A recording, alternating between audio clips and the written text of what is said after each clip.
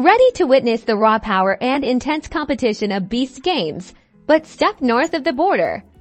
Don't sweat it, we're cracking the code on how to watch Beast Games in Canada. First things first, let's talk about streaming. Your best bet is to check if any major sports streaming services available in Canada, like DAZN, TSN Direct, or Sportsnet Now, have picked up the broadcasting rights. Head to their websites or apps and search for Beast Games. Keep in mind that streaming rights can change, so confirm the schedule before the event kicks off.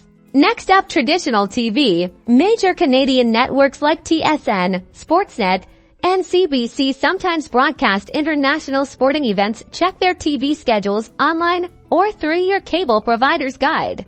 Don't forget to look for any late night or encore broadcasts if you miss the live action. Also, a quick Google search for Beast Games Canada broadcast will reveal official announcements. Finally, let's talk on-demand options. Sometimes, official Beast Games channels on platforms like YouTube or Vimeo might offer highlights or even full replays after the event. It's a good idea to subscribe and turn on notifications. So there you have it, with a little digging on streaming services, TV schedules, and online platforms. You'll be cheering on your favorite athletes in no time.